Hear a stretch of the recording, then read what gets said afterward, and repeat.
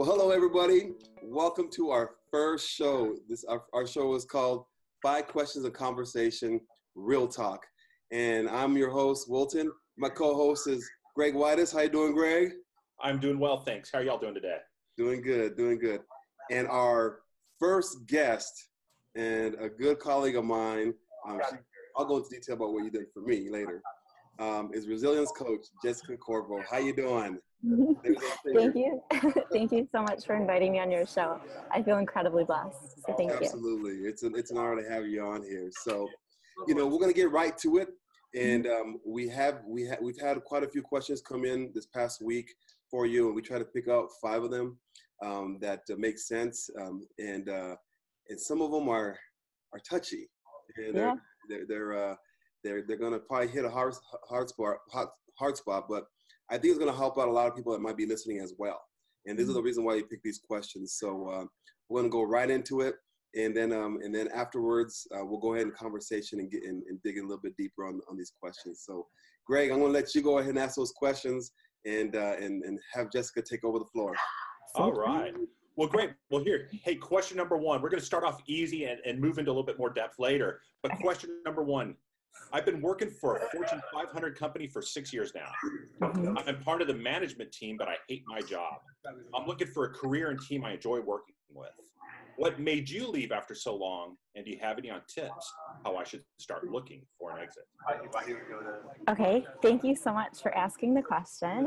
To be honest, when I left my corporate job, it was specifically because my motivation for working corporate was to earn a lot of money, and the money was going to be used to financially support my mother.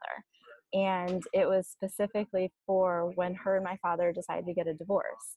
So when my mom called me and said, your dad and I are splitting, I put in my notice the next day and just pieced out of the corporate life. So for me, it was an easy decision because family has always been number one. In terms of how do you kind of come to terms with that? You just kind of have to have your faith be bigger than your fear. And you just have to kind of know that, every time that you let one thing go, there's something more magical on like the other side. So if you've already recognized that you are unhappy, congrats, like that's amazing. Your awareness is like very good.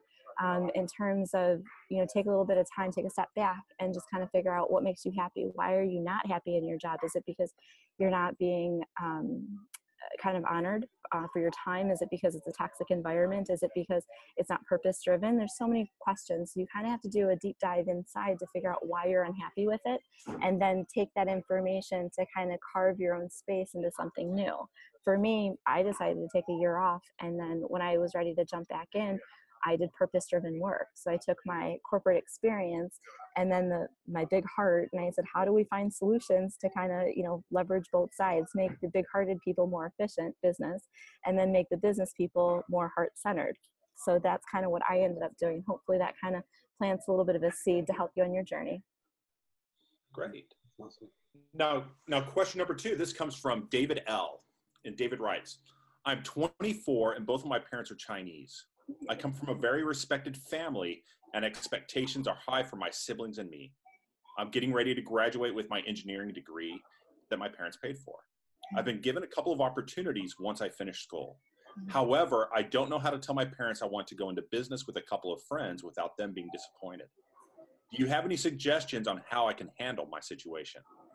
I know what I want to do, but I will be letting a lot of people down. This is a very interesting one. So I'm half Chinese, half Italian. So I totally get the whole family connection and the family, I guess, like obligation to a certain extent. I would probably say that for me, the easiest way to make those types of decisions is once you're financially independent. So perhaps part of your guilt is because you referenced that your parents paid for your education. So maybe that's why you feel a little bit obligated to follow what they want to do, or to follow like their path. I find it very interesting that you are an engineer, because that's one of like the top 3 jobs for Asians. So good job for that. I think that once you get the education, it's your responsibility to be happy. It's your responsibility to do something that's good for you. And then that's when Chinese culture, you can start taking care of your parents in their old age. You're not going to be able to do them any good if you're just miserable. So I don't want to tell you yes or no what you should be doing, because I think that'd be irresponsible of me. But if you were able to kind of have a conversation acknowledging, thank you for paying for my education. I am definitely going to reassure them that you're still going to take care of them in their old age, but you're a little bit more modern rather than traditional in how you're going to achieve that. I think that open lines of dialogue is probably one of the most powerful, and also an honest awareness at the fact that they're not really going to be your biggest cheerleaders, or maybe not be your biggest cheerleaders, because you are going to be breaking into a new space. So you just have to have patience, continue to love the crap out of your parents, and just be like, I love you, but this is what I got to do. I love you, this is what I got to do. I love you, and I'll still take care of you. Because I think a lot of the times when parents, especially in the Chinese dynamic, my family being Chinese too, is that they get a little bit nervous about, if it doesn't work, fear-based mindset, right? If it doesn't work, then how are you going to take care of me? So if you can kind of be a little bit more strategic about maybe working for a little bit and then doing the side hustles with your friends as a side hustle until it becomes profitable, and then you can make it your main hustle. Or maybe reassure your parents that you're not going to be a financial burden on them, i.e. you're going to find your own investments rather than your parents paying for it. These types of things, just kind of like, address those and figure out exactly why your parents might be a little bit reserved or hesitant on being supportive of you following your dream. But as soon as you have that conversation, I think it's going to be amazing, and you're just going to make your parents so proud. It's a little bit of an adjustment. So patience, love, and ability to have those difficult conversations like kind of head on, and you should be fine. Whether you guys decide to be an engineer or do your startup, I have full faith that's going to be the right choice. That's awesome. Great. Well, hey, question number 3. Mm-hmm. This comes from Gavin W. He says, I'm 35, no kids, never been married, and a workaholic. I've been in and out of relationships because I just can't invest the time they would like me to. I let them know up front about my long hours, but it seems to be a problem later down the line. Am I picking the wrong women, or do I need to be more open to their needs? I love these types of questions. It's like a Dear Abby thing, so go ahead. Right, it is. That's what I thought about at first, and it resonates so much for me because, funny enough, recently a friend from my years in Singapore had referenced that I had been in a relationship with one of the guys, and I was thinking, what are you talking about? I was not available for dating for almost 10 years of my life. When did this happen? And very similar to Gavin, it was just like I could, be out and about with people, but I wasn't in a space to kind of settle down, have a family, and do the whole, stereotypical progression in terms of relationships. So I resonate with what Gavin is saying. And I think, this is a guys are from Venus and girls are from Mars type of situation. Girls are going to catch feelings. Even if you try to set those boundaries in the beginning and state your intentions, girls are going to, they're going to want what they can't have, or they're going to try to be the one that's going to change you, or they're going to be the one that says, I'm going to be the one that you're going to marry type of situation. So I think, just being really mindful of the fact that emotions are not rational and rations are not emotional. Girls come from an emotional space more times than not, whereas guys come from a little less of an emotional space more times than not. And just be really kind of cognizant on that, and try to reinforce like those boundaries from a personal level. I would say do some deep dives to find out why you're not why, but if you're avoiding something. A lot of people use coping mechanisms for not wanting to deal with like their own inner garbage by, being a goal crusher. Guilty. I did that for 11 years. I'm still kind of working through a little bit of it. It was incredibly difficult for me to just sit and do nothing. So maybe you can kind of explore kind of what's going on the inside. If there's some kind of trauma that you are avoiding, and that's why you're becoming a workaholic. If maybe your attachment style to women is not the conventional, I don't want to say unhealthy because everyone has like their own different jam, right? But you have 3 different attachment styles: the secure attachment, which is like the independent people, the the over attachment, which is like a little bit on the needy side, and then like the distant attachment, which is kind of like you get really scared when people try to get attached to you. That was the one that I was for a long time. So kind of like evaluate these types of things to figure out, not so much on if you're picking the wrong women, but kind of what's going on the inside to kind of put you in these situations, because it seems like you're having like a pattern. And if you want to break that pattern, you got to do the inner work. You have to do the inner work. Great. All right, question number 4. This is a personal question for you. Mm-hmm. How long did it take you to recover from your abusive relationship? And what did you do to move on? That comes from Julie C. Hi, Julie. Thank you so much. This is probably a very difficult question for me to answer, because if you're talking about the abusive relationship that forced me to turn inward and kind of view my family dynamics, I was engaged to a covert narcissist, and I was able to identify him as a narcissist within about 3.5, 4 weeks. And since we weren't together for that long, I kind of got him out of my system in probably about a month, to be honest. No dreams, no issues, no kind of flashbacks or nothing. That was actually the lesson to kind of turn in and heal with abusive relationships within my family dynamic.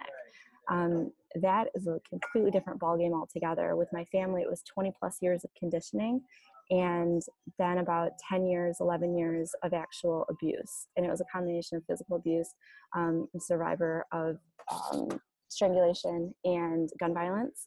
It was a combination of verbal and emotional abuse, constantly telling me that my breathing was problematic, my existence doesn't matter, and that I was the reason for all the family problems. And that took quite a long time. I actually disengaged from my company, dissolved my company and disengaged from all projects professionally for about 14 months, specifically to create the space for me to actively heal from that. And I would love to say that I'm good and I can give my family a hug, but I haven't quite got to that stage yet. I still love them with every ounce of my being. I still view them as broken people without the tools to kind of process their own inner garbage and know how to have like functional relationships with others. My heart still breaks for my mother, because I see the web and kind of how they're affecting her and how that ends up affecting our relationship. So am I healed? Yeah, it's an ongoing practice. Every day is a different challenge. Am I recovered? I think so. I have healthy relationships with other people. I'm smiling, and I just take it one day at a time. What do I do to move on?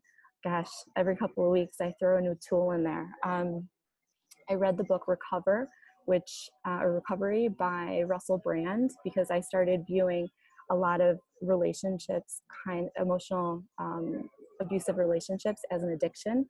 So empowering myself with a lot of information helped out. I started joining Al-Anon meetings, because it's a support group for people that are affected by alcoholics.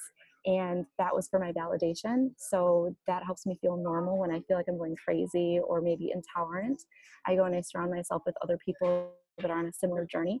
I'm constantly auditing the crap out of my surroundings. If the vibe is not good and if it's not for my highest being, like, they're out. Like, I'm lawless with that.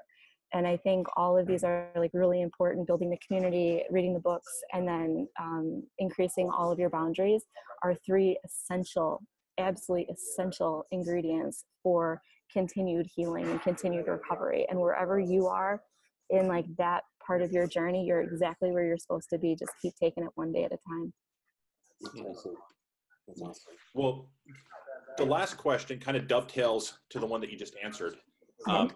This comes from Anonymous, just so you know, didn't want to leave a name or anything. Okay. Says, I'm in a relationship that started off wonderful, but I see signs that things maybe get physical. Mm-hmm. I feel alone and trapped, but I love him and want it to work out. I don't know what to do. Do you have any advice? Again, emotions are not rational. Rational people are not emotional. If you've already identified it, that's, step 1, awareness before change. Good for you. Like, snaps. Absolutely. Heed that, that feeling. Kind of lean into your your intuition that's saying something doesn't add up. If you want to kind of collect a little bit of data to feel better about it, you can kind of, distance yourself, disengage, and just observe. I personally don't think that that would be a healthy idea, just because if you already notice that things are escalating, it's time to get out. It's time to kind of make sure that you're in a safe place, make sure that you're not in like harm's way, whether it be physical, emotional, mental.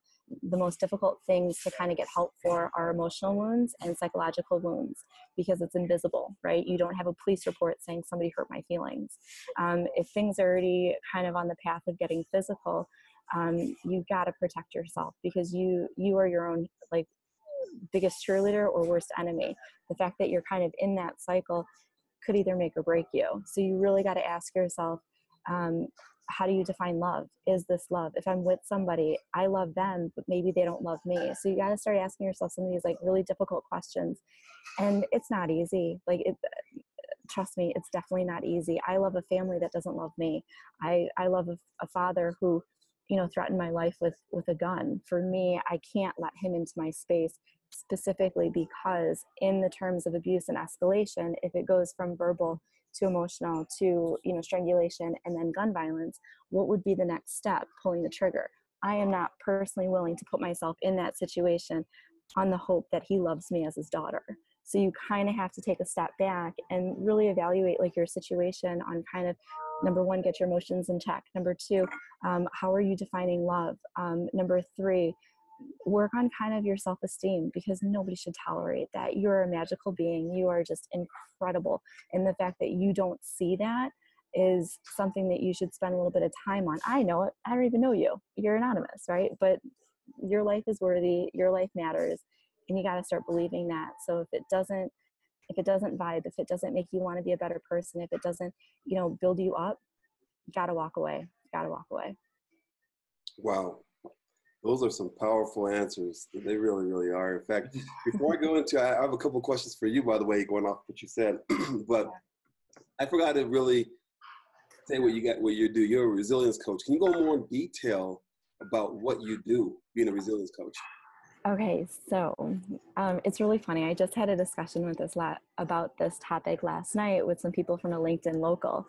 And I was telling them on how this specific journey that I'm doing for my emotional resilience is coming to terms with my family abuse, the domestic violence.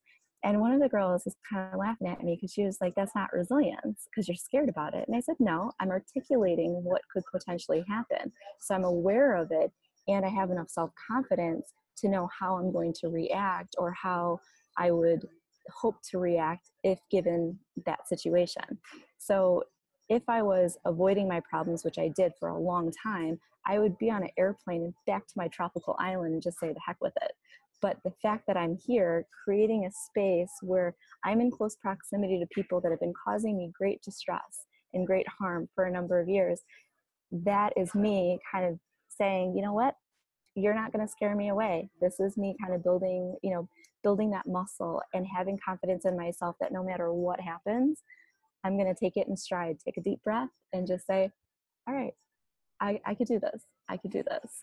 And so in terms of like resilience coaching, I think that it's a matter of kind of shifting the mind and kind of, again, taking a deep breath and knowing that nothing is permanent. Good days aren't always going to be good days. Bad days are not always going to be bad days. If you find the lesson in something, and if you can find gratitude, I know it's really hard, but if you can find kind of the purpose and how it fits within the big picture, it's a lot easier. I can say it's easy, but it takes a lot of work to get to that point, to build that resilience muscle. So for me, I guess another example is when I signed up for Ironman, I didn't know how to swim. I actually had water anxiety. I didn't own a bike, and my world was 400 meters at a time in terms of running. I think I did maybe 1 10K before signing up for the race. I remember all of my friends saying, why are you doing Ironman? And I said, why not? And, the same thing, apply the same mindset. Why not, right? When I went to Asia, I didn't have any contacts in Asia. And I wanted to build my resilience muscle for professional stuff. I wanted to be the right-hand girl for a tycoon. So I started kind of bumping elbows with the wealthy people of Hong Kong, figure out what companies I wanted to learn from. And then it took me 5 years to do it. I didn't have a way to do it. There was no path. There was no, A, B, C, 1, 2, 3. It was just the belief in yourself and kind of a little bit of arrogance saying, why not? Or perhaps even magical, because you don't know what you don't know, right? And so for like resilience, I really want to kind of help people make that shift in like their mind to say that everything that comes at them, if it's a good thing, it's congratulating you for being on the right path. If it's a bad thing, it's trying to snap you into a higher level of awareness to kind of shift you into a different way. So it's not actually a bad thing. It just means, hey, you're on the wrong path. Let's evaluate where we are and let's kind of go a different way. And it takes a long time to kind of, build that muscle and to know how to not have different circumstances destabilize you, because you can have a bad day. How many people, you got a bad day and then you fall apart with this? Today's my training day. Today I have to increase my tolerance for dysfunction, or today I get to practice patience, or today I get to, can be a human Snickers bar and convert a bunch of hangry people into kind and loving people. I mean, it's these little kind of shifts. So that's kind of on how I interpret and try to help other people build their resilience and kind of go from a fear-based mindset into a magical, anything is possible based mindset. Well, I think you you hit on a key point, because I think all of us in some way are dealing with some kind of mental block, some negative blocks, and whether it's abuse, whether it's just business, whatever it is, and a lot of that eats up our time mentally, and it stops us in our tracks. Yeah. And I think a lot of people have a hard time, me included, have a hard time trying to figure out, okay, I understand this is a problem, I understand this is an issue. How do I get on track? Where do I go to sort of start this new process, going to a new path? So, and I think, I'll go into here in a while to ask you a couple of questions on how you've already helped me, but I'll also share some information just in case people want to reach out to you. I'll ask you here in a bit. Yeah. But I think that's very key. I think all of us in some way, in order for us to advance and sort of us to get ahead a lot faster, we have to identify those areas, and we have to start working on them. That way we can block them out and accept them and move forward. Absolutely. There's one thing that I kind of want to interject that I think is absolutely hysterical, is going back to the question of getting over the abusive relationships. The way that I deal with most things in life is with comedy. So the way that helped me kind of shift that is society tells you you're in your 30s, you need to get married, you need to settle down, you need to start procreating. This is what society is trying to force down your throat, right? And then for me, once I realized who I was, trying to start a family with, my little, seed that I planted was, this is not good for me. And thank goodness, gratitude, I did not have the spawn of Satan put inside me, and I didn't catch any venereal diseases. I mean, just to kind of put yourself, it's so humbling, right? It's humbling to kind of say that. But it's such a powerful thing, right? Because if it's going to be like a personal thing, you have your health. What more could you ask for, right? If it's a business thing, oh, you know what? I only invested $10,000 rather than $100,000. At least I'm, not collecting, government assistance because of a questionable decision. There's always a way to kind of shift that, and it's not easy. I'm not gonna lie. Your ego gets in the way. My ego gets in the way. I'm like, no. I'm a goal crusher. I'm a badass, like all the time. But sometimes you got to kind of have that slice of humble pie. In my case, the whole pie sometimes, and just take a step back. Yeah, it's powerful once you get there. That's awesome. That's awesome. Well, hey, do you mind if I ask a quick question? One of the things I've picked up just during our conversation and hearing your story is, from just moving to Asia, not having any connections there, or deciding, I'm going to do an Ironman.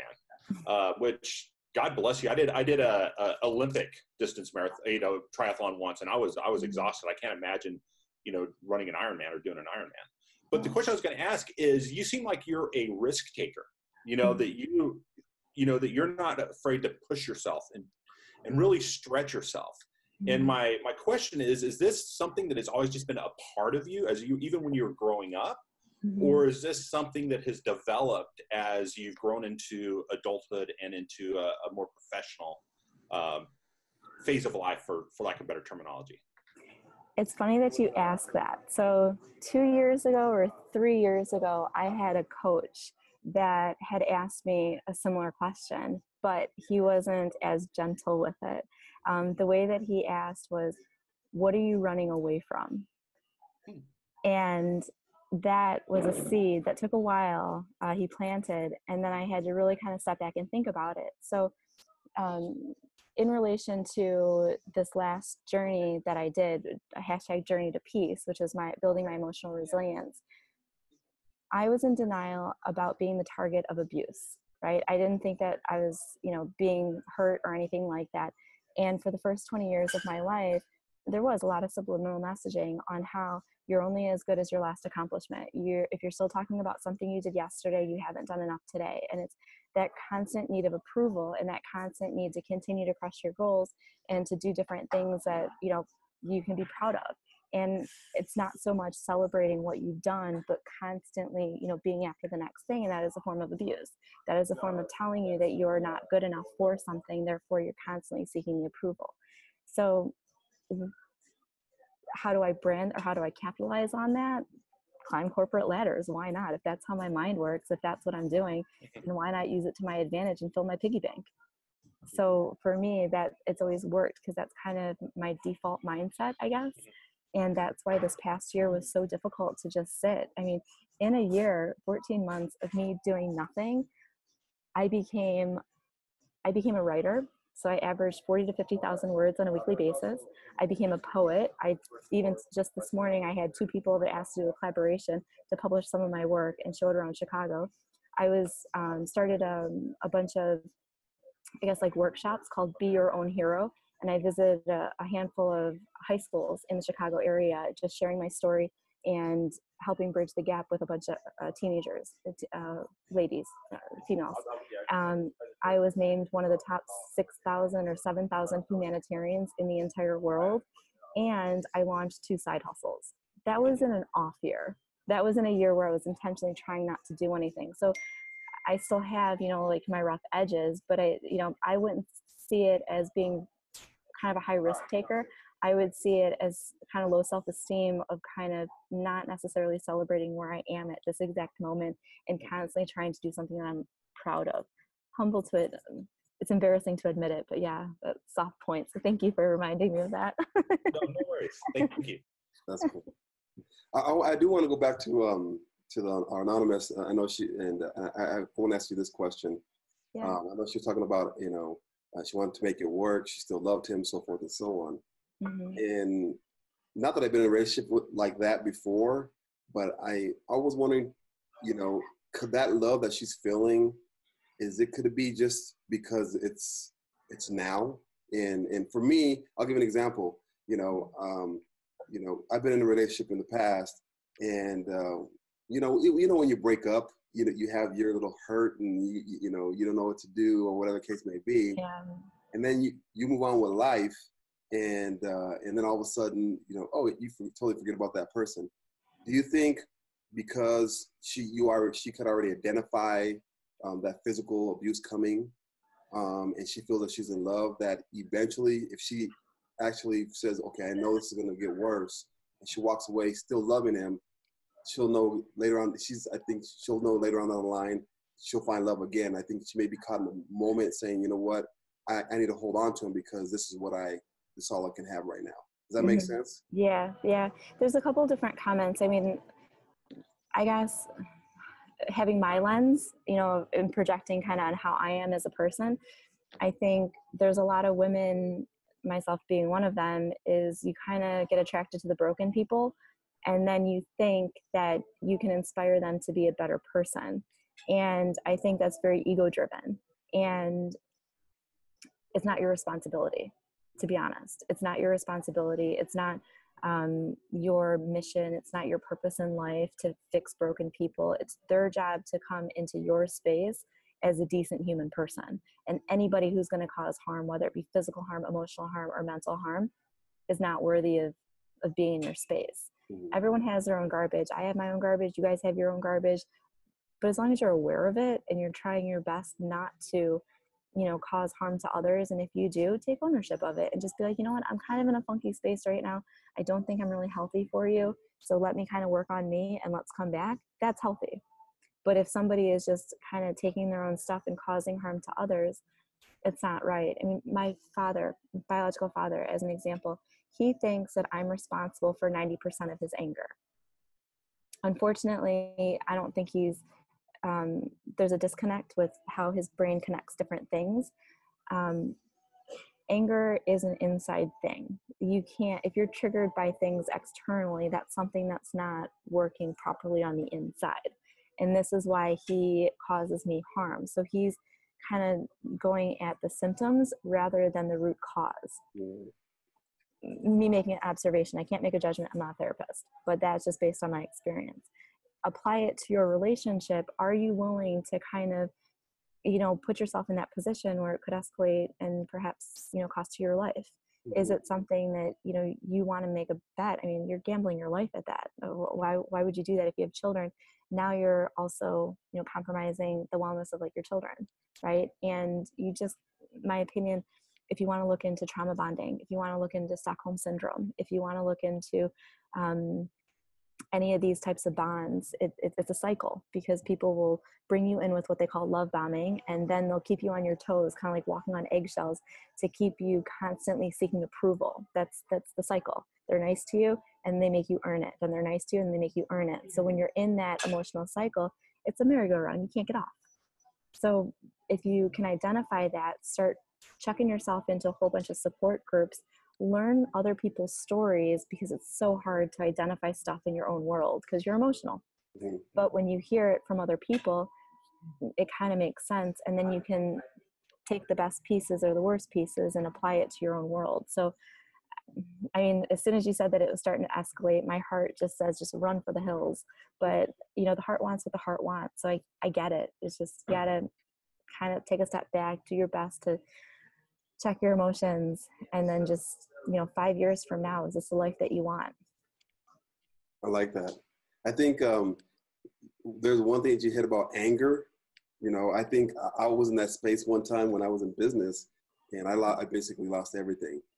And I was to a point where I thought about in my head, how am I going to physically hurt this guy? Like, how am I going to I want to find him. I want to physically hurt him. He took down everything that I had. And I remember talking to my mom, and she says, you need to forgive him. I said, I'm not forgiving. She goes, no, listen to me. She goes, you need to forgive him to a point where you see him, you can just smile and just move on. Yeah. And I'll tell you, she goes, trust me, you're going to save yourself. You're going to save your relationship. You're going to save your kids. And she goes, it'll happen. Yeah. And I actually talked to a friend of mine that helped me do that. And I was like, my mom told me this. She goes, yeah. And she showed me steps on what to do, how to do this. And I kid you not, the minute I finally really forgave him, my business, my career took off. I mean, it was like overnight, because my mindset was totally, totally different. Absolutely. I'm sorry to hear about the relationship that that your father putting that burden on you, but it is what it is. It is. You're right. But I think some of us that realize that anger is internal. It's not someone that we control that. We become better people, and I became a better person once I realized that. And in fact, I saw this gentleman about 3 years ago in the store. He was like a deer in headlights when he saw me, right? Because they always know it. They always know when they do wrong. Always. And my wife grabbed my hand, and she's like, like that. I just smiled like that. I said, "How you doing?" I'm not gonna mention his name, but I said, "Hey, how you doing?" "I'm good." And he just walked away, right, and moved on, and never mentioned a word about it. My wife's like, "Wow, you handled that very well." I said, "You know what? I'm done with that." This is why you're magical. And I think the missing component that you had done but you didn't talk about is your self-forgiveness. Because when people talk about forgiving other people, yeah, absolutely, forgive other people. They don't mean it. It's not intentional. Sometimes, but most of the time, it's not intentional. But a lot of times people don't get to that point because they're so caught up with, I'm an idiot. How did I allow that? How did I not see this? And they're just so hard on themselves. And that little inner critic that's just like, you're better than that. You're smarter than that. How do you allow this to happen? And then it's just like, but I'm human. Yeah. I have faith in people. I forgive myself for, believing in humanity at the wrong time. So yeah, so self-forgiveness. And that's probably one of the things that I admire about you the most, is on how gentle you are with yourself and just fully embracing of loving the crap out of life. And you see it in everything that you touch. I appreciate that. Yeah. I do have one. I know we're running low on time, but I have one more about David. He mentioned about him wanting to start a business, and you hit a key point, because I think that's one thing that a lot of us don't, that me myself have been a victim of, is jumping into something without being prepared and just saying, I like this, I want to do it and move on. And I think you said, use it more of a side hustle until your main hustle can overtake it. And now it's all of a sudden, you know what? So I think that's so important to people to understand, is like, if you have an engineering degree, and you have these opportunities, unless your side hustle, if you call it a side hustle, or your startup is already expanding and can already overtake what you have already been offered. Yeah. I think it's so important to not only continue on with, taking those opportunities, because first of all, your family, you said your family is going to be happy that you did. They're going to be feeling okay. And then we can show them proof that, hey, listen, I'm already doing this. It's already going to take over this. And all I need is your love. Your support. I think that's so key, because it caught me that way when I had a great job right out of college. And all of a sudden I said, you know what, I can do this on my own. And I took off, and it just sort of went south on me. So then I started learning. And then I started learning from businesses that I went to the corporation. Once I understood how to do it, I started doing it on my own. Absolutely. And started making my name in that industry. Yeah. That's when I walked away. And I did about three or four different industries, because I learned from them. I said, I can do this now. And walked away, because I already built that brand. So this is why you're one of the top consultants. This is why you're awesome and you're amazing, and people should be flocking to your podcast to try to get like the visibility and stuff. Absolutely. Well, I appreciate that. Greg, anything that we want to end with? No, I tell you what, this has been a great conversation as someone who's seen, family members that have dealt with abuse, and extended family members have been in some relationships that, for lack of a better term, were abusive and horrible. This has been great. I know when we talked about having you on as a guest, I was excited to hear what you had to say. Yeah. And I appreciate your vulnerability, your honesty, and the advice that you gave, not only to us, but those viewing. And we do appreciate that. And you are a resilient person. So thank you so much. Well, thank you. I am absolutely tickled and honored to be on your podcast. And, if any of your followers, if they ever wanted, one-on-one sessions or anything, have them reach out to me. No problem. I'm your songbird. So I'll be promoting this podcast for days to come too. I appreciate it. How can they reach out to you? What's the best way to reach out to you?